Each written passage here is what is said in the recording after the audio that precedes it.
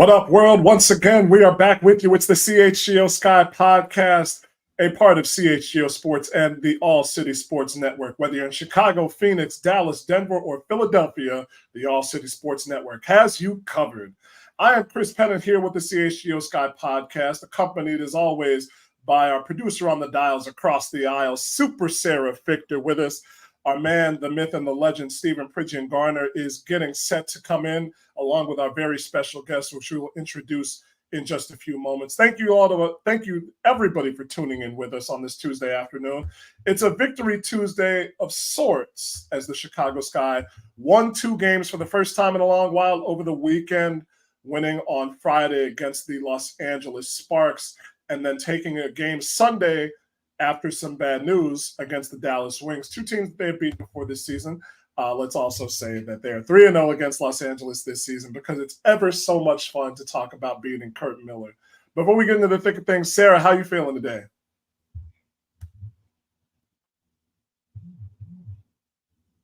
Sarah's feeling great. You know, she's good. Sarah, how you doing? Sorry, guys. I'm doing great. I'm doing a couple back-end stuff right now, but I'm doing good.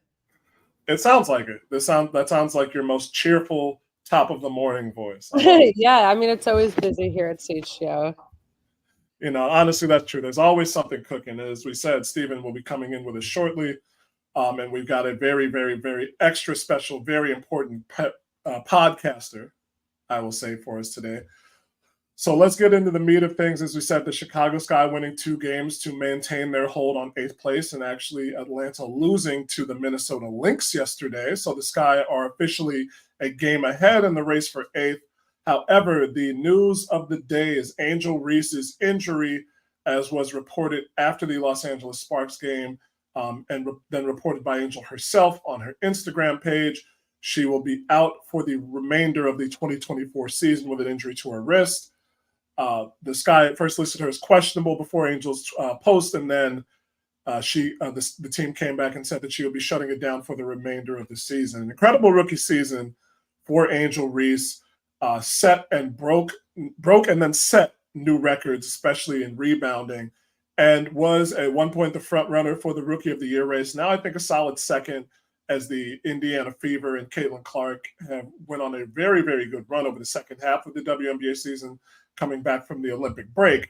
So let's go over some of that information that we have on Angel Reese. Of course, you see all the accolades that she has garnered. I got to use Steven's word, because 1, it's his last name. 2, it's a solid descriptor of how Angel's done this season. 13.6 points per game, 13.1 rebounds per game, and 1.9 assists per game. It's her line. Those 13.1 rebounds per game would be in WNBA record.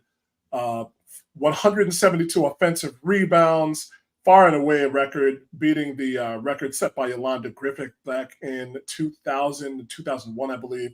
446 rebounds. Now, Asia Wilson is only 42 rebounds shy of that, so she could top that by season's end, even though there's only 5 games left. But right now, those 446 rebounds is a WNBA record. 26 double-doubles, 15 in a row, beating the record set by Candace Parker, Naperville's very own, back in 2009, and 28 consecutive games of 10 or more rebounds that Angel Reese has set this season. Absolutely incredible. Thank you for bringing that graphic up, Sarah. And I want to point out that 28 consecutive rebounds, I was checking across the timeline to see what Angel had accomplished this season. The second highest total in that category is 12. Again, Candace Parker, I believe, set that in 2009. And then after that, you have 10. And the 26 double-doubles is only 2 shy of the record that Alyssa Thomas set just last year with the Connecticut Sun of 28. So not only, you can talk about the veracity of rebounding. You can talk about the offensive rebounding, which I know a lot of people have gotten mileage out of this year. You can talk about her inefficiency from the floor, and you can talk about her lack of shooting touch outside of 12 feet. If you want to leave all that aside for just a moment, for a player of Angel Reese's stature in her first season, coming off a very extensive college season in probably the toughest conference in women's college basketball, to come into the league and do what she did from that standpoint, where, as I said on our CHGO Sky account a couple of days ago, rebounding and running the floor are two of the most exhausting things that you can do on the basketball court. And Angel has been adept and adroit and developing still at both of those. For her to do what she did in terms of rebounding this year is incredible. It's absolutely incredible. Again, she made a very good case to be Rookie of the Year. She has 3 win shares, according to Basketball Reference at this point in time, and a 17.6 player efficiency rating, which is top half of the league and second best among rookies. When we went to the break, the Sky had a better record than the Fever. And so by that logic, Angel Reese was leading the All-Star, was leading the Rookie of the Year race. Caitlin Clark turned it up to another level. Absolutely. And the Fever followed her, really. I think they adjusted things with Alyssa Boston's game. And I've heard fans talking, and I've watched a few of their games. She's become more of a facilitator in the post. And Lexi Hall's really turned it on as well. But Caitlin Clark has led the Indiana Fever to this record. They were below 500 at the Olympic break. They're now 2 games over. And so Caitlin Clark's the Rookie of the Year for my money. But Angel Reese made a case to be Rookie of the Year until we came back from the Olympic break and the Sky went on their losing run. We've got our people coming into the studio now. Thank you, everybody, for tuning in with us this afternoon. I want to give a special thanks to Reese and Rev over there and Gary for gifting Lawrence Benedetto, the long-suffering Arsenal fan, with a very Arsenal-specific gift. I believe that came in yesterday, if not over the weekend, and Lawrence put a video up of it on his Twitter. If you want to check that out, check out @LawOnTheDraw on Twitter for that. But that was a really cool gift, so thank you to Reese and Rev in Gary, Indiana, for that very, very thoughtful gift. We thank you so much for listening to the show. Thanks, David Brisson, who's on with us as well. And you know what to do. Hit the like for us, for yourselves, for your classmates, school's back in session, for your favorite WNBA player, for your favorite producer in the world, Super Sarah Victor, and for us. Why not? You can give us a like for us and yourselves as well. Sarah, we got Steven and Steven ready to come in with us. Hey, fantastic. All right, let's take the opportunity to give the introductions as we so often do on the show. Former Division I player at Arizona State and the University of Nevada at Las Vegas, current co-host of the Dunker Spot podcast with our other friend of the show, Nikias Duncan, and of course, former assistant coach, video coach with the Brooklyn Nets. You know him, you love him. At Steve Jones 20, it is Stephen Howard Jones Jr. on with us. And of course, we got Stephen Pridgey and Garner, the best X's and O's man this side of the Mississippi River, on with us well. This is fun because we got Stephen, and I was confirmed as Stephen as well. So we really got 3 Stephens on the show today. Well, one, the check's on the way for the intro. No one's used the full government, and I enjoyed it. So I just want you to know, 2 thumbs up for all of that. I'm here. I love it. Let's go. All right, man. Thanks for coming on with us. Stephen Garner, my man. How you feeling, bro? Man, I'm doing good. Looking forward to this conversation, the many conversations we're going to have. Steve, what's good, my man? How you doing? I'm doing good, man. I'm excited to talk Chicago Sky Hoop because I feel like it's a great team. The record hasn't necessarily displayed it all the time, but they've battled all year. And I think sometimes through the clutter, there's a lot of good stuff this team has done that hasn't necessarily risen to the top as it should. I want to wrap it back around. Sarah, could you bring that Angel graphic up again very, very quickly? You're talking about the locomotive of the team this year and then her injury, of course. So Angel Reese, this is the numbers that it's really stand out. Just the points per game, which is solid, averaging a double-double for the season, just under 2 assists, but that current per-game record of 13.1 rebounds, 172 offensive rebounds, which is a record that I don't know if anybody but Angel is going to approach it anytime soon. The 446 total rebounds. Asia Wilson has an outside shot to better that with 5 games left. 15 double-doubles in a row, and really that last one, 28 consecutive games of 10 or more rebounds, when the second highest total in that category is 12, when Candace Parker had the original double-double streak in 2009. Steve Jones, can you put that into context for our listeners, just having watched so much basketball and WNBA basketball? What did it look like watching Angel Reese this season, both from what she was able to do and from a developmental standpoint? Well, I think for me, what caught my eye is history. Like when you do something that we haven't seen since Yolanda Griffith, you have my attention. Like, that's something that should not be ignored. Sure, there's more games, but this is history that she's done over and over and over again. I think with Angel Reese, beyond just the rebounding, and I know a lot of people like to point to the field goal percentage and to say, hey, well, the finishing is this, so it's over. There was a lot of good development from Angel Reese over the course of the season. I think at the start, there was a level of aggression that she had. She was working to try and figure out, okay, how do I post? When do I post? How hard do I go in the post? It was a lot of physicality. That evolved over time. You saw Angel Reese begin to understand, I know when to seal. I know when to hit first. I know how to exploit this. I know where my openings are going to be. And we saw, okay, you want to switch against me? I'm rolling into you, putting my hand up. I'm going to go ahead and get a spot and finish. I'm running in transition. I'm going to hit you first, and I'm going to go ahead and try and finish. The evolution of her footwork as far as understanding, okay, in pick and roll, I can hit and screen, but I can also slip out and get to that pocket quicker, and I can roll and I can finish there. Being willing to, when spaced on the perimeter, okay, I can mix in a drive here, going left or right. Let me see if I can get that going. Not afraid to take a jump shot. I mean, it's, I guess, some version of irony that the last shot was that 3-point shot where it was just like, all right, fine, I'm wide open. I'm gonna let it go. But I think that kind of development is key to where, okay, I'm getting more comfortable with what we're doing. I'm getting more comfortable with who I am. And I'm starting to showcase that. I think that part got lost because it's always double this, double that, which, again, impressive, historic. But I think you kind of lose some of the sauce that what Angel did all year long to kind of continue to get better. The confidence that she had as teams were, hey, we're going to play off you. Okay, well, I'll drive, spin, finish, and we'll make that work. And that really helped this guy, I think. Yeah, I really enjoyed every bit of what you mentioned, and just watching those dynamics continue to just layer up and just really make for one of the more dynamic frontcourt players in the W already. And I think for all of that to come in addition to her defense translating to the W level to very similar levels that it did on the collegiate level really just speaks to just the type of rookie this is. Oftentimes I really forgot that she is a rookie. And there would be subtle moments that come up where you're like, okay, yeah, she is still kind of learning the process on a professional level, but she's been playing at such a consistent level for so long. It's been just amazing to see. And I think the big thing that we kind of got to see post Olympic break was them getting into more pick and roll. And with them getting into more pick and roll, now she's been able to work more angles in terms of screening for Chennedy or Lindsay Allen in particular. And those two players being able to hit the roller so well just really made for a perfect type of pairing, evolution-wise, coming into this post-Olympic stretch for her rookie season. I was really curious to see if she was able to start making those plays on the short roll and really starting to connect to the second side. We could kind of see it a little bit, but they had only been doing it for so many games that we didn't really see her really have that chance to let it pop the way that it might potentially have come playoff time.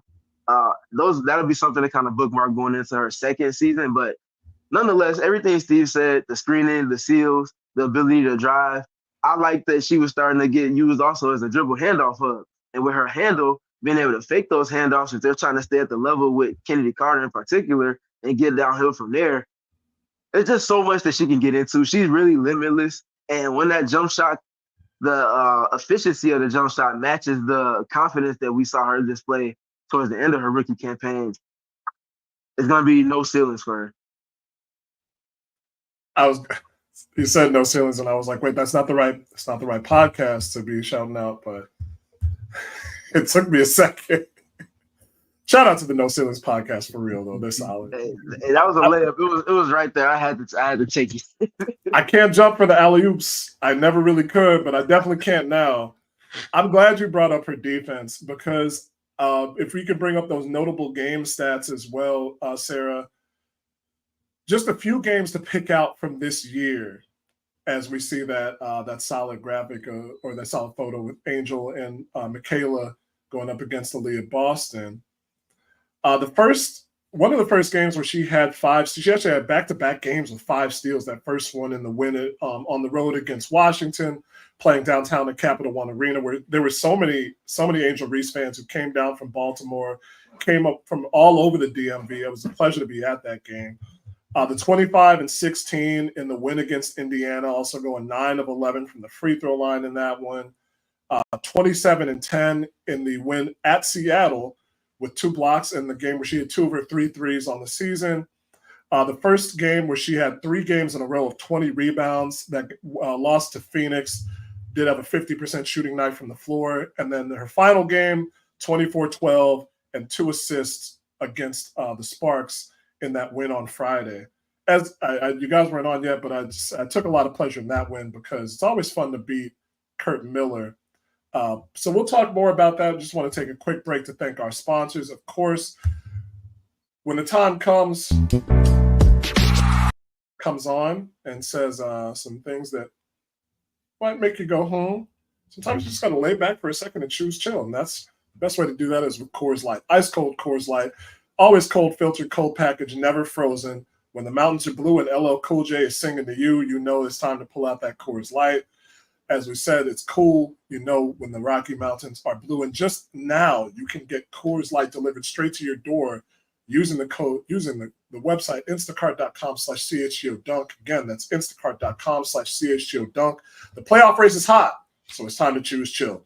Coors Light, Golden Brewing, Coors Brewing Company, Golden, Colorado. Always drink responsibly. Apologize for that little slip up there. But the sun's still out, the summer's still hot. Even if school's back in session, as we said, the playoff race is heating up. So it's time to get those shades with Shady Rays. The shades rated over 5 stars by 300,000 people. Very happy customers. They can get you the colors in that Chicago sky blue and gold, or even these glasses right here, which are a little bit off, but still kind of tilted towards that blue shade, that blue frame. And if you lose them, if you break them, there's no difficulties. There's no static because you can always get a new pair with Shady Rays. They're backed by lost or broken replacements. If you don't like them, you can trade them in or return them worry-free within 30 days. And that's why we're giving you our best deal of the season. If you hurry to shadyrays.com and use the code CHGO, you'll get 35% off your first pair of polarized sunglasses. Again, 35% off your first pair of polarized sunglasses. So choose the shades rated over 5 stars by 300,000 people. Shady Rays, as always, a sponsor of this show. Coming back to those notable games, I don't know if Steven or Steve, if you guys have any moments, Steve Jones, we'll start with you. If you had any moments that just stood out for Angel Reese for you watching this season. Singular ones, I'm trying to think. Like, there's a lot. She did a lot of great things. For me, let me bounce around my head because it's like it wasn't just the volume of scoring. I think for me, it was the impact and timing when she did. And I think for me personally, I liked the way that she played in Las Vegas before the Olympic break when they played the Aces and they won. For me, I just like the overall, like it wasn't the best game. It was like 13-10. She made 4 shots, but right. I thought her defense was important. I thought her mindset was important. I thought it was key. I think it was kind of some of those games like when they played at Seattle, she had 27-10. And you started to kind of see things click. That for me was kind of the overall thing where it's like you're starting to understand and see, okay, it's not just about this. She's starting to understand where the angles are, where the moments are, where she can find her gaps. So those kind of games, like when they can go out there, she can contribute, she can score, they win. That probably is the one that sticks out to me the most. Steven, anything go ahead. Oh, yeah. Oh, absolutely. You. I think the perfect gap to be bridged was the game in Seattle that Steve was just mentioning. You really saw her confidence have an impact on the general flow of that game. Seattle started to creep back a little bit, and then Angel's confidence came back in with the left-hand hook and then a right uppercut. And you can see the way her in tandem with Chennedy Carter and everything that she does on confidence on the offensive side really just snowballed into something that for a team that's as veteran heavy as the Seattle Storm are, they just didn't have an answer for on that particular night at their arena, no less. And I think that was a big step in just generally speaking, kind of what we spoke to before the break. And all of the things that she's kind of compiled in layers in her dynamic, matching the confidence and also being tandemized like we spoke to with Chennedy Carter. We'll get to Chennedy a little bit later in this episode, but I think that part is important because when she's doing what she was doing in that particular game against the likes of the matchups that she had in Ezzy McGregor and Neko Gumake, that's no small feat in any capacity. You also don't just luck yourself way into that by happenstance. You have to know what you're doing because those two players have gone up against every and any player under the sun and have seen successes, especially on the defensive end, to take players out of the games with what they like to bring on offense. And also tandemizing that with the things that they can do offensively to put you in compromise defensively. Angel was up to task in terms of the scouting report. And you can see her starting to really get into the weeds on playing to specific things. And as I'm speaking to that, another instance that came to mind earlier this season, a game that a lot of people said they had no business winning against the New York Liberty in New York. She gets Jonquel Jones in the foul trouble early on. She's baiting her in the fouls in transition. She's switching from Stewie to Jonquel and holding things down in the post, playing with activity, being up to touch on the post ups and being able to poke the ball away a little bit to steal back some leverage in terms of advantage in the post defensively. Like little moments like that, in addition to maybe the loudest one was the game against the Atlanta Dream here in Chicago, where she got her flowers from Tina Charles. And Tina was able to kind of coach her on the fly and, things like that. That moment coming in succession with the game prior, where we saw Angel guarding DeWanna Bonner against the Connecticut Sun, and her just being able to showcase her versatility. I'm switched on Alyssa Thomas one rep. Now I'm guarding Breezy Jones in the post, and I'm doing a solid job. Now I'm guarding DeWanna Bonner out on the perimeter, and I'm navigating screens. I'm in help at the nail, one pass away, stunning and recovering. Just little things being compiled like that. Her showing that stamina mentally to be able to check off those boxes consistently on one game, yet alone across multiple. A special rookie. That's the best way to put it. I thought you were going to steal mine because you mentioned that game in New York. But yeah, getting Jonquel Jones in foul trouble in that game was so key because you could read her frustration at like how is this happening? It's a subjective thing when referees make calls, but you just saw the look on her face, like, how is this happening? Like, how is she doing this? And then a continuation of what we saw in that preseason game in Chicago, where she got the bucket late against Breanna Stewart and sat up with that just like look of disdain, like that, like I'm here.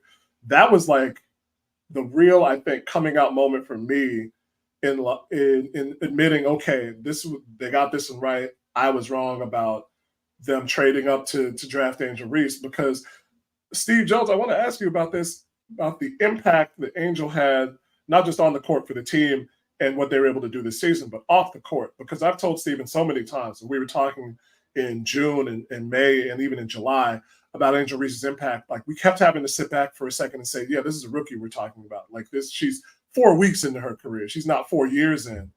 But the way she carries herself and the way she's just energized this fan base and so many people across the world, really, is that something you saw coming?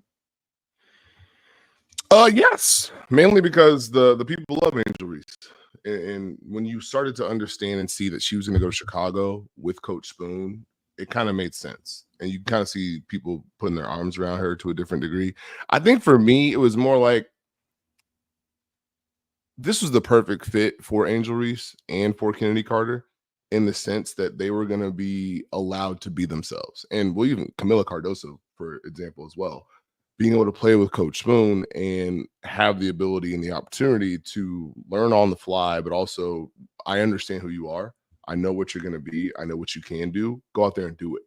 I think there's value to that. And I think there's an authenticity to the Sky that kind of people gravitate to, in the sense that, hey, maybe, they don't always feel like a 13-22 team. You know what I mean? They have a certain gravitas they didn't necessarily have last year, because every night they're going to be themselves. They're going to play hard. They're going to leave it all out there on the floor. And I think Angel Reese has something to do with that. I think Coach Spoon has something to do with that. You just kind of believe in what you see when they're out there. Yeah, I'm short and quick with this one. 1,000% yes. I don't think there was a better market to match the nitty-gritty Baltimore native energy that Angel exudes with every step that she takes, with every breath that she takes. And then my other big thing, in the wise words of the late, great, legendary Nipsey Hussle, there's a quote from him that always stands out to me when I see Angel and how she wears her crown. Natural born leader, ain't no getting nervous. Everything she does, from going to see her many artistic friends on the music side of things, she's never dolo. She's always got a homie or 2 or 8 with her, hopping on stage. I'm not coming on stage unless my girls can come with me. And we're going to introduce them all too. Natural born leader. period. Yeah, I think it really says something when a rookie approaches and the little things in game that she did with her teammates, and these are teammates of hers who some of them have been in the league for a while. The way that she and Diamond DeShields got on like a house on fire pretty much from day one. Michaela Onyenwere as well, even Izzy Harrison. It really says something to her character. And it's not that I didn't necessarily expect that, but you don't necessarily expect a rookie to be the one kind of leading from the front, even on a team that's in a, so to speak, a rebuilding year. But and Steve, to your point, through Teresa Weatherspoon's leadership, they just kind of accepted her and how she was going to be on and off the court from day one.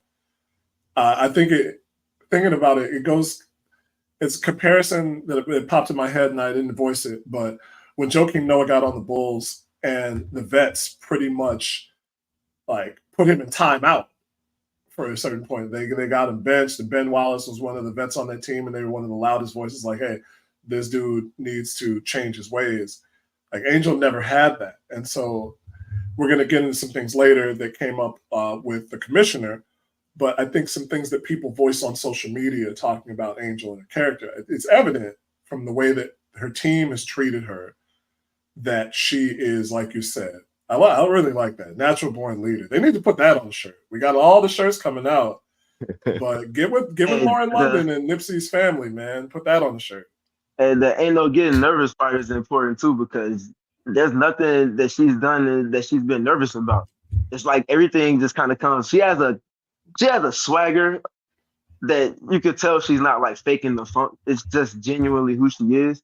And you can also see how people gravitate to her, whether that be teammates, fans, people that are new to her. I have aunts that have never watched basketball before. Living in the city of Chicago where Michael Jordan, Derrick Rose, there's a long laundry list. There's people they went to high school with that they haven't watched basketball since they were in high school. That we have Doc Rivers, Michael Finley. There's a ton, Shannon Brown. There's Chris, you know the names of the people of the high schools that I was around. That my aunts and uncles, some of them have never watched basketball until Angel Reese stepped foot back in Chicago. That says a ton. That says a lot. So these are just little moments that both of you, in addition to myself, have spoken to, just really kind of encapsulate just the special spectacle that Angel is kind of, naturally kind of forming into. And the way she wears those multiple crowns on the court and off the court is special, especially as a young Black woman in these United States with all of the adversities that come with that. Steve Jones, I want to ask you a question before we go to our second break. The way that Angel announced her injury and then really just that would be the end of her season, kind of round counter to the team first putting her on the injury report is questionable. And then she came on Instagram and said, my season's over. With the accrual of power and agency that the players have had over the last 10 to 15 years, especially in basketball, I think it was really the forefront because of when basketball became a professional sport later in the 20th century. You had more power with unions and more visibility by then. But with the accrual of power and agency that players have had, do you see anything that was, I don't know, not necessarily off, but when things like that come up, when marquee players get injured, do you see that it'll be more of them having the power to announce their own timetable rather than the team? Or, is this just kind of a side case? Because it looked a little odd to me the way that was actually announced to the public. I think timetable wise, I think the team will always dictate that, because if you're a player and you say I'm only going to be out X amount of time, they don't want that egg on them. I think it being between the Sparks game and the Wings game, I mean, I didn't have the end of the world with it, because when was the team going to announce it? It just surprised me. I was like, wait, Angel Reese is just out like for the year? Like, excuse me? But I can kind of understand with the year that she's had, maybe wanting to just get in front of that and not have to respond to it. Instead, I can say this has happened and now it's out there and, we go on, as opposed to the Chicago Sky announcing Angel Reese is out for the year. And now XYZ. Nah, let me put a bow on my season. And I'm sure I would imagine she told them, hey, I'm about to say that I'm out for the year. And they knew it. So, I mean, they confirmed it. I didn't mind it from that perspective, mainly because of how it's gone for her at some moments. I don't mind allowing her to have the power to set the tone there. I appreciate your insight on that. I'm never going to be against the players, the workers in this business. I always wonder how things are going to change as we go forward, because I think we've seen some of it in the men's league, we've seen some of it in other sports, and it's going to continue evolving. And so I always wonder what that's going to look like as things move forward and take a more defined shape. We're going to come to our second break now. We want to thank one of our sponsors, of course, Sunnyside, your home for judgment-free cannabis shopping. It's the fall now, as we said, but always a great time to get something sunny, whether you're up north in South Beloit, just below the border in Wisconsin, or as far down south as Champaign. Sunnyside is Illinois' favorite dispensary, and they've got expert guidance and brands that they know you will love, like Good News and Mindy's. And it's easy to order online. They're here to help you in store as well. So if you visit sunnyside.shop for Bright Brides every single day, you'll get 50% off your first 3 online purchases if you use that code HICHGO. That's HICHGO at checkout. Use that code to qualify for 50% off your first 3 online purchases. Exclusions do apply.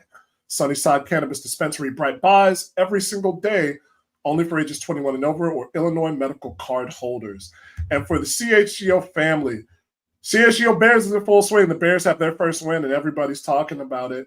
Caleb Williams didn't have his best game, but it was his first game, and so you can expect a lot more good things to come, especially if you join the CHGO Bears crew in London this October. There's a few full packages remaining, hotel accommodations close to all the actions, and all those individual event tickets are available now at truefantravel.com. You'll be party to a party boat cruise and a pep rally, as well as an all-inclusive tailgate and a welcome event held at the CHGO Bears crew's favorite London pub, past Yonka Avenue. So head to truefantravel.com. If you can't go to London with them, still go to truefantravel.com, because the Bears crew is going to Arizona, Phoenix on November 3rd to see them play the Arizona Cardinals. Again, that'll be a renewal of the old school rivalry back when the Cardinals first started playing Chicago. 3-night stay at a 4-star Phoenix hotel, Q&A with Bears alumni, and an all-inclusive tailgate party as well. You can even stop in and say hi to our friend Erica Lee Day over at PHNX. So reserve your spots at the party. Both of those at truefantravel.com. Go to London, go to Arizona, but join up with the CHGO diehards so you can get access to premium written content from our very own Stephen Pridgey and Garner, 20% off all of those events, post-game shows, and dope merchandise for all teams, including us at CHGO Sky. So sign up for CHGO at allchgo.com. You don't want to miss out. We talked a lot about Angel Reese, but a return that we haven't discussed yet is Chennedy Carter, coming off the injured list with what turned out to be a very serious bout with COVID-19. And she picked up right where she left off, Stephen Garner.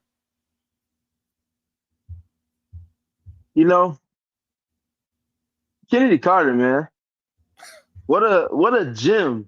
What a gem for Teresa Witherspoon to tap into connections-wise, and for Jeff Pagliacca to bring in on a training camp deal, no less, and to see the home run, the grand slam that she's been in terms of being the type of guard that this team needed to make everything work that they desired to have going on in the paint with their 2 franchise pillars.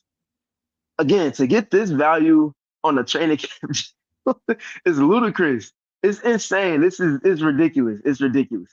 Kenny's been no less than a top 10 guard at multiple points this season, and at her peak, she's been a top 5 guard. I'll even push for top 4, considering her dynamic and the value that it's brought to the Chicago Sky team. No guard's been better finishing below the free throw line than her this season. Few frontcourt players have been more efficient and effective than her in the paint this season. And her dynamic just continues to evolve with the team. Chris, you can attest to this. I spoke to her needing to have the ball in her hands and pick and roll a whole lot more than she did earlier this season. And Sarah, we could go ahead and get the clips up from the game against the Sparks where Chennedy was speaking to just her general approach to the game, her dynamic, and pick and roll play. I have 2 questions for Chennedy. Kennedy right here. 15, 9, and 7 today. You know what I was just looking at? I got you. Oh, I'm here with you. over. I'm here with you. I didn't even see that. I gotta do better. Yeah. Yeah, but the season high in assists and No, you didn't have 9 turnovers. yeah, 0 turnovers. You had no turnovers. That's 9 total rebounds, girly. Oh, I was about to say. She's just tired. Oh, I was about to say. I'm like, girl, I had 6. Don't do that. I didn't see that extra T there. I didn't see the extra T. Okay. So it's my job to let you know that 7 assists, season high, 0 turnovers. Can you just speak to the general space that you've been operating in? Obviously coming back from a sickness, but the general playing space that you're in? I think I'm just trying to learn to play off my teammates. I think we have a lot of special weapons that we haven't even got unlocked yet. And so just playing off them, seeing where they're going to be at, it ultimately unlocks my game. I'm not someone that always has to have the ball. So I can play off other people, and we're seeing that. So, yeah. And then we spoke prior to the Olympic break about pick and roll. Feels like y'all been running more of it over this post-Olympic stretch. With you having the ball in your hands today, you saw a lot of attention with double teams and things like that. Yeah. Can you just speak to the responsibility that comes with that and your ability to still play make for yourself and others? I love double teams. I love it. I think that the ball screens are something that I'm strong at. It's something that I'm good at. So when it comes to that situation, I typically know how to navigate it, find myself, and find my teammates. So what defenses are doing typically isn't nothing that I haven't seen. So it's just me just being patient, not trying to force it, and just make the correct read and the correct play. I think of all of the fun stuff that she spoke to, just making the right read and the correct play is important, because when you're as prolific a scorer as she is with the ball in her hands, her handle second to none, her athleticism second to none, you couldn't fault her for forcing shots, but it hardly feels like she does that. Anytime she sees extra help from the nail, she's making that requisite pass. Anytime a big steps over when she turns the corner, she engages them and then makes the right pass off of that. And I think that seeing that, in addition to her knowing when and how to put her foot on the gas to get her own, it really speaks to the composure and just the general confidence. And like Steve said, her being allowed to be herself, from her head coach to also the general manager and the general team culture that's been established. You don't get this version of Kennedy without those things. And for her to have shown that she can shoulder a brunt of usage while doing so extremely efficiently, in that game, she had her season high assists with no turnover, 7 and 0. That just really speaks to all of the pieces for her coming together the way that they need to be. Carter, not just her return, but her play for the entirety of the season. Well, I would say I was going to add to what Steven said. This is a career low turnovers per game for Chennedy Carter, despite having this amount of usage. This is a career high, 50% shooting from the field, despite having this kind of usage. And they've needed every single basket that she's been able to provide. But again, that connection between Chennedy Carter and Spoon allows that comfort to understand, okay, hey, don't go after the refs. Okay, you made a turnover. Let's get that back. Those little things. So now she's more free to, as was mentioned in the clip, make those plays, get downhill, look for the bigs, know when it's time to score, but also have the comfort to know, okay, I can play off ball. I can get other people involved. I can get this and make this work.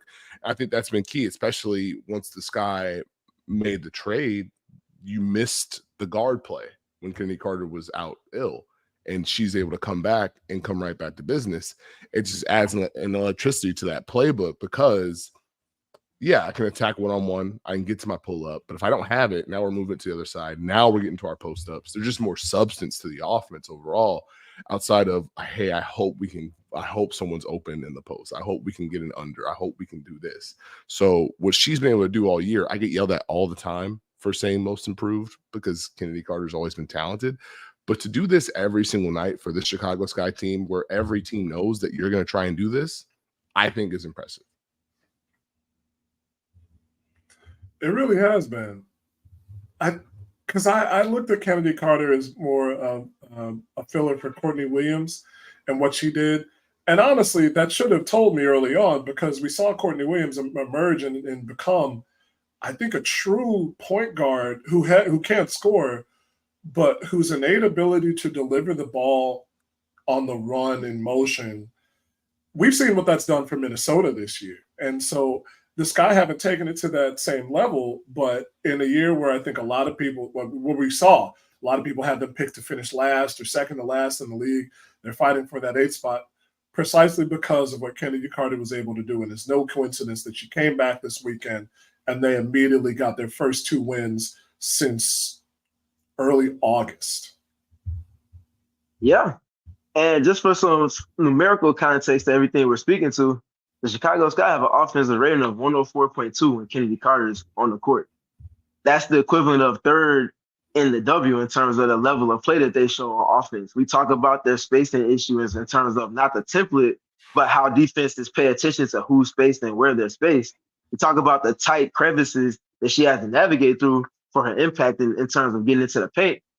All those things considered, this team is very good when she's on the floor, when she has the ball in her hands, or when she's off it. And I want to emphasize the part where she's off it, because I think something that's gone extremely underrated for anybody that doesn't listen to our podcast or has read my reading or followed everything on Twitter, Chennedy, for as prolific as she is with the ball in her hands and pick and roll and working in isolation, working off of handoffs in transition, teams love to load up in the paint when Camila Cardoso or Angel Reese has the ball at the elbow or on the block. When that defense goes unaccounted for in terms of knowing where Chennedy is, she's stealth-like in terms of sneaking back door on the 45 or from the baseline, getting her feet muddy on the catch in the paint, playing off a 2 to score for herself, jumping in to entice a big to kind of engage her, and then dishing it off to anybody else that might be cutting or one of the posts that's respacing around her cut. And there's just so much good functionality in that when your best player on offense doesn't have to have the ball in their hands for them to find impact. She just has a nose for she's just a true hooper. She's the essence of it. She's just a basketball player, and she can figure it out in whatever type of situation may present itself and read and react. And she set herself up for a huge bag to this season. Whether it comes from the Sky or elsewhere, she is going to be paid heavily in her favor after this season, and it's all been earned.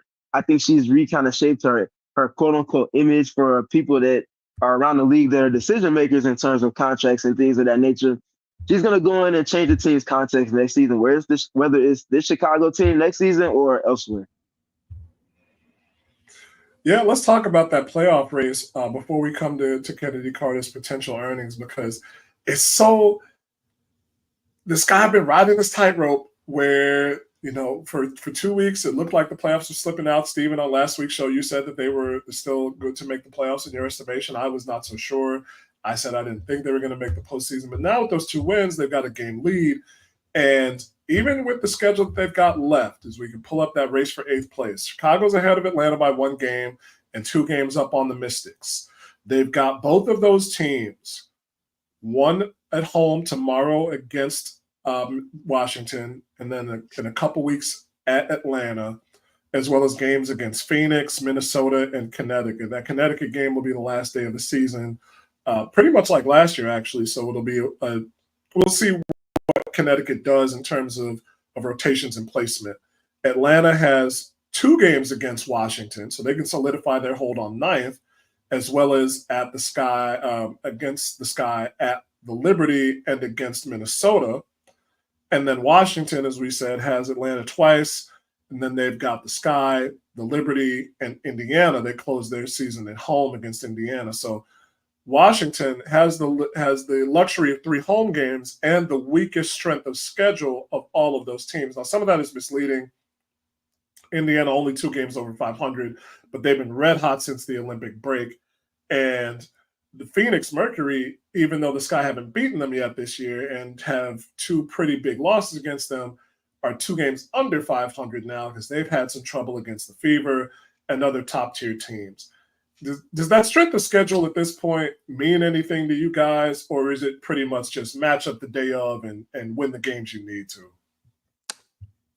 I'm going to go first because here's what the Chicago Sky need to do. You need to get Washington out of here on Wednesday. You look. This is no disrespect. The Mystics, they're not the same Mystics. Like, this is not a fun team to play against right now with everyone more healthy. They're playing defense and they're operating at a high level. And you have to put them down. If you win that game, I'm not the biggest math major. That's a 3-game advantage. You put yourself in a different space. You let the Mystics win this game, right? They now face Atlanta twice and can control their own destiny without having to worry about what you're doing. So if you can get the Mystics out of here, that's key if you're the Chicago Sky. Because here's the thing, right? You have the Minnesota Lynx, who are the Minnesota Lynx and are going to force you to defend and score the ball a lot. Not a fun matchup on the road. You have the Phoenix Mercury, which I understand. They are sliding, they are slipping. But how many games are they going to play between now and when they play you? And you think Kalia Copper is not going to want to come back to Chicago and make sure you have a horrendous day? There's that. And then you got to face Atlanta, which I don't know where Atlanta's going to be. We can be honest. But that's a matchup. If it's y'all close, and then Connecticut, I think Marina Mabry, despite the rotation, I'm sure she will play basketball that day. So this game against Washington, super important in my eyes. I don't think the strength of schedule matters as much because the way it's lining up, it's just you have to just win. You have to win whoever in front. When you're in this scenario late in the season, you're trying to get that 8 seed or you're chasing for that 8 seed. It's one at a time. Every game that you play is just the biggest one you can think of. And you're trying to put your all into it. You can't get to the next one until you get through the first one. And that's why, for me, you got to beat Washington. You let the Mystics control their own destiny, it can get tricky. Perfectly said, Steve, because I'm very much in alignment with everything that you said. That Mystics game, and I spoke to it with Nikias on the PHNX Mercury podcast last week. So for me, language-wise, I just don't see must-wins in the regular season unless this is the very last game and your season is contingent upon whether you win or lose. So I just tweak it and I call them gotta-have-it games. Gotta have it. Okay. That Mystics game is 1 billion% a gotta-have-it. To your point, Steve, Eric Tebow, very good coach, comes from a coaching tree. We know what his dad did in the W. We know what his dad continues to do with Team USA. They're well coached and they're healthy. Brittany Sykes is coming to Chicago, and for whatever reason, she likes playing in Chicago. She also loves to play defense. You know who she's going to be guarding in that game?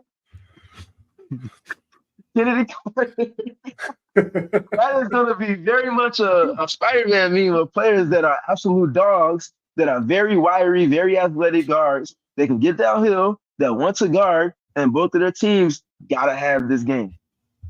Now, the thing for me with the Chicago Sky down the stretch, Chris, which we spoke to last week, the fact that they have the Sky are in the driver's seat in terms of being in that position that everybody else wants. They're being chased, they're not the chasers, I think is important. Now, they don't own the season series against the Mystics at this moment. They're down 1-2, but they have that lead against the Dream. And I think that at least having that lead on the season series against one of those two really puts them in the driver's seat a little bit more than just having a grip on the 8 seed right now. Gotta have it. Gotta have it. This will be as close to being a replica of a playoff game as it gets up until that game to come next week against the Atlanta Dream. I like that terminology, the gotta have it games, because that sounds eerily similar to what Coach T. Spoon was saying last week in terms of just the magnitude of those games, but not putting an absolute on it. I do think that there's a very little difference between the gotta have it games and the must win games, but whatever you want to call them, yeah, the team that you're in front of is the team that you have to beat, especially given that the Sky let a close one slip against Washington a few weeks ago where they were leading that game by 6 late and Washington ended up winning. If nothing else, that's a confidence builder for the Mystics, who were recovering from their early season slump and injury woes, and they won that game in Chicago. So you have to win a game against a team that you've lost to now twice. Were the Sky the first team to lose to Washington this season when they started out 0-for? They might have been. I can't quite recall, but I know that it was the Dream. The Dream were the first to fall to the Mystics. Then the Mystics beat the Sky 2 games in a row. Thank you, Steve. No, that's important too, because it's a team that nobody wanted to lose to. It's a team that you knew you could beat, and then I think that was the first time that it was just like, there's something that we've got to change. We've got to evolve our strategies, and so now it's really just going out and putting it on the line against this team. We already saw it in the comments that Diamond DeShields from Region Rev, Diamond DeShields is wearing a boot. Doesn't mean that she's not going to be able to play, but will mean that she's not at 100% effectiveness. And as Steve, as both of you know, nobody's 100% healthy when you get to this point in the season. That's pretty much the first day of training camp, and then everything else from that is a little bit less than. But nothing else to be done for it. Izzy Harrison stepped up well on Sunday. She's going to have to do so again. I think we're going to have to see a lot from Breezy Turner as well. And Camila Cardoso, hopefully continuing her good run of play that we've seen post-Olympic break. I If want I to could get to jump in something. real quick, Chris. Oh, go for it, Chris. man. Because of the magnitude and the gotta have it formatting of this game against the Mystics, one thing that I was just been kind of watching this season, because we know Angel and Camila, the two biggest things that both of those players are bringing to the court, regardless of what they do on offense, their calling card, especially early in their careers, is going to be on defense. That's what they made their name off of on a collegiate level.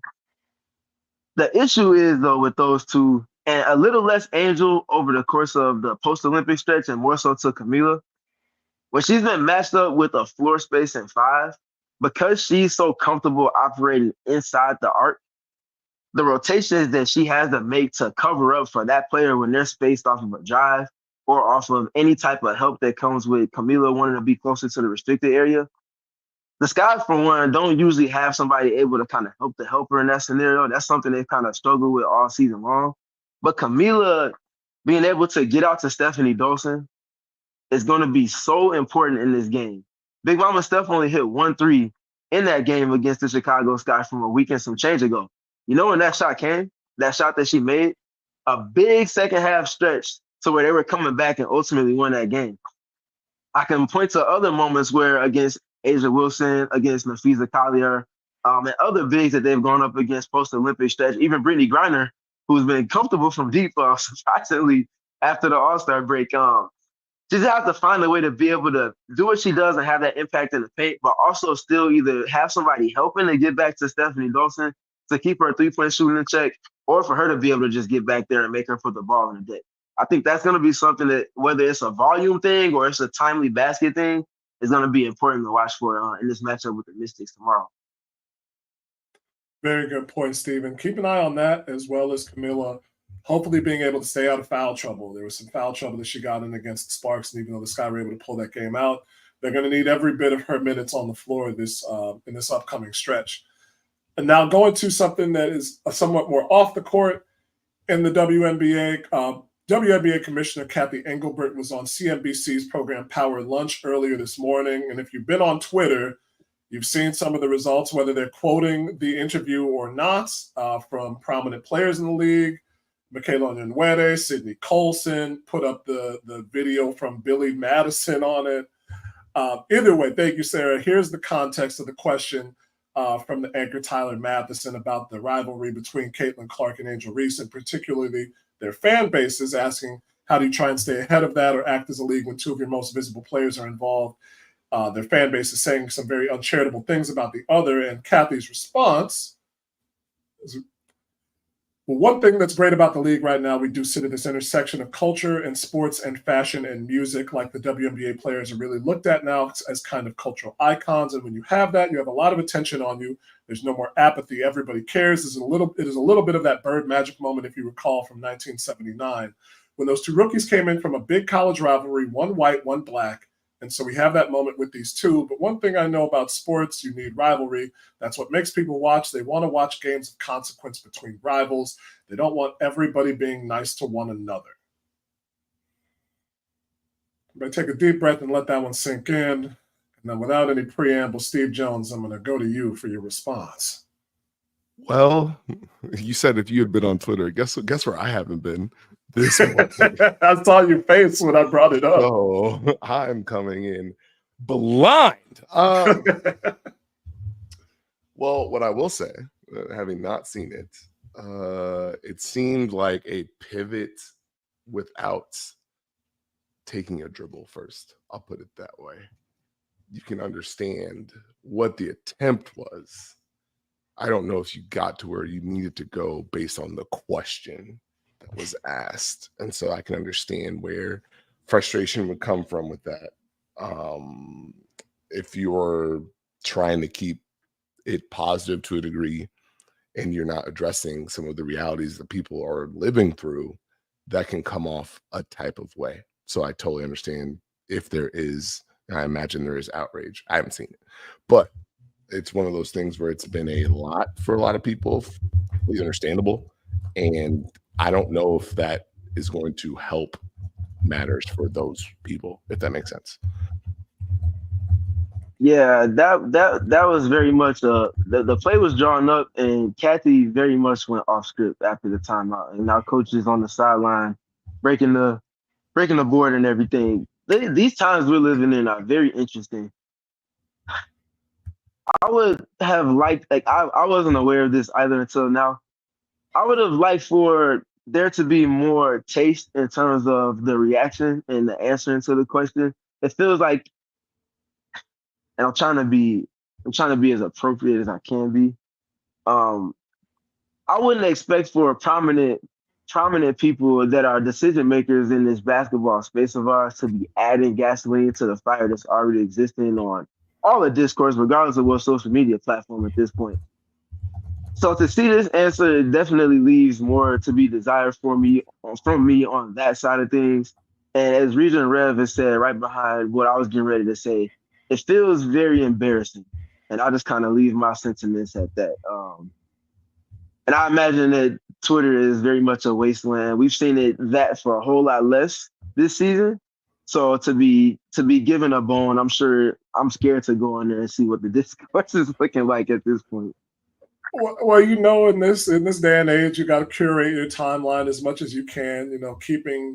Keeping the bubble somewhat open to opinions that might not fall in line with yours, while still making sure that it's not your typical, Monday morning sports drive caller who, just to provide an example, thinks the Bears should run the ball and throw it maybe 10 times a game.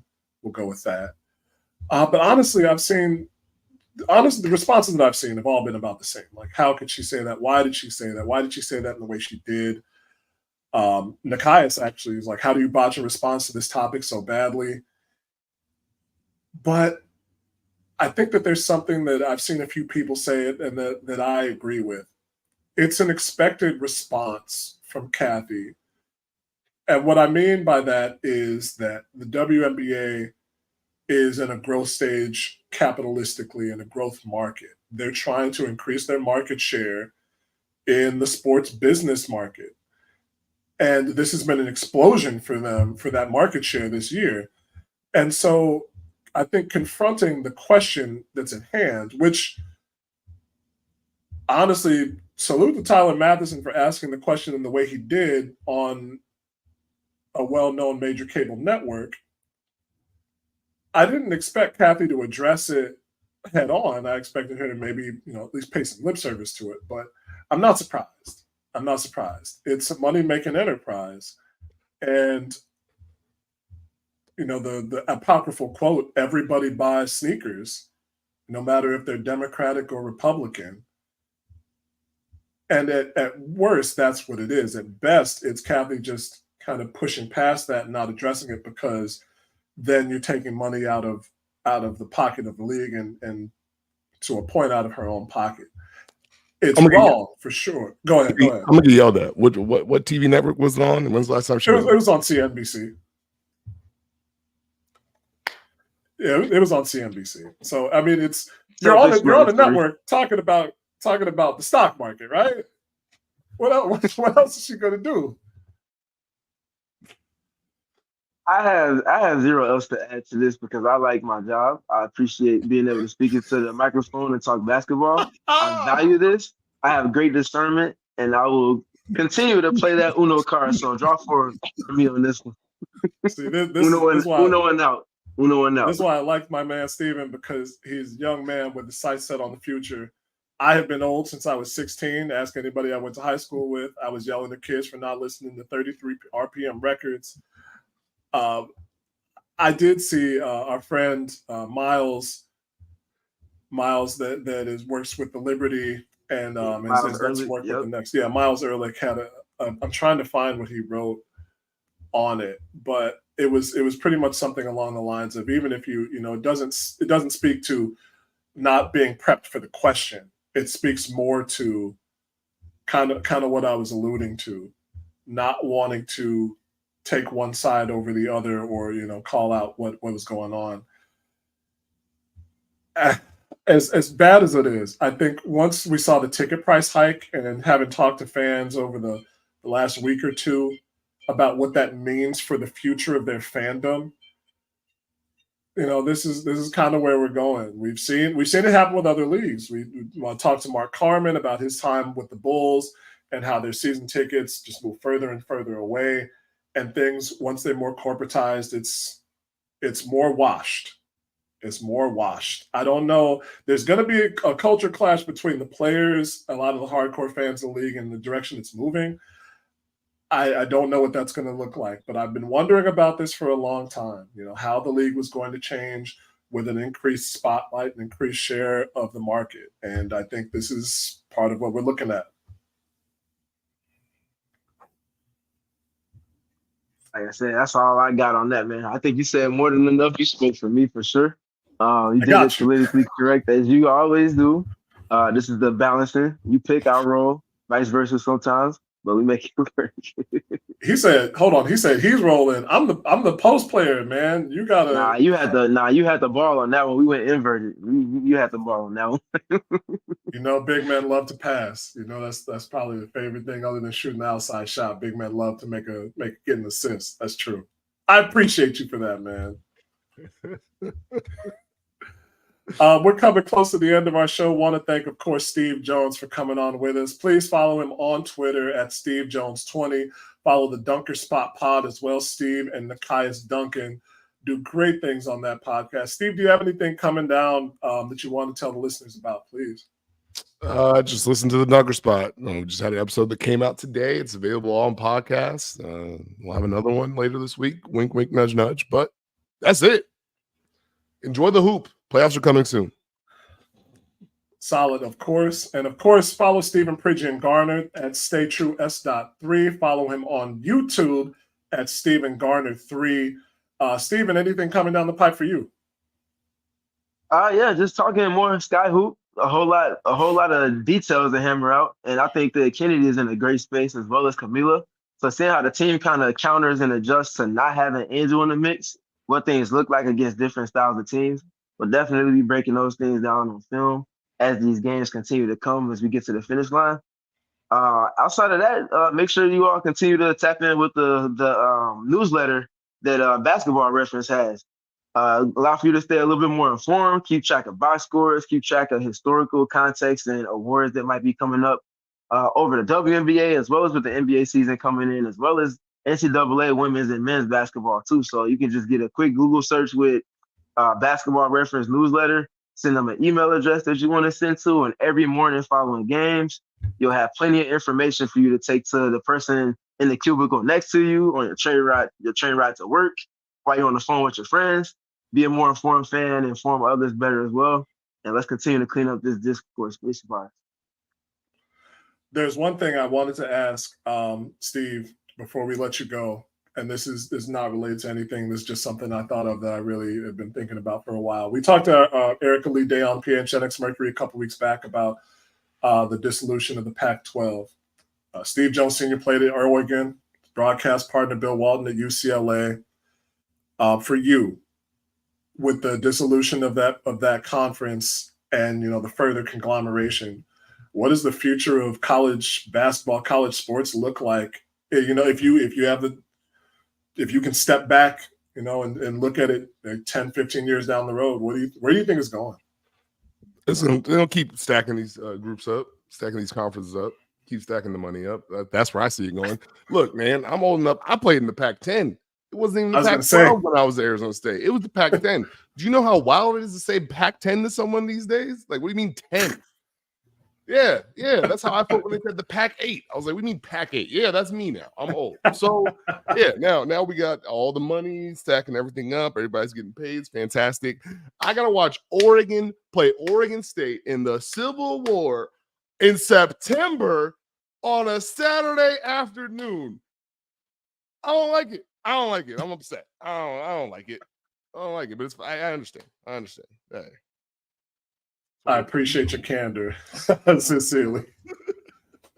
For our producer on the Wheels of Steel, Super Sarah Fichter, I'm Chris Pennant at Quandary Kitten. This has been the CHGO Sky Show. Follow us on Twitter, CHGO_Sky, at CHGO_Sports to follow us, whether you're in Chicago, Denver, Phoenix, Philadelphia, or Dallas soon to come. The All City Sports Network has always got you covered. This has been the CHGO Sky Podcast. Till next time, folks, be good, do great things, and keep your head above the clouds. We all silly like the mayor.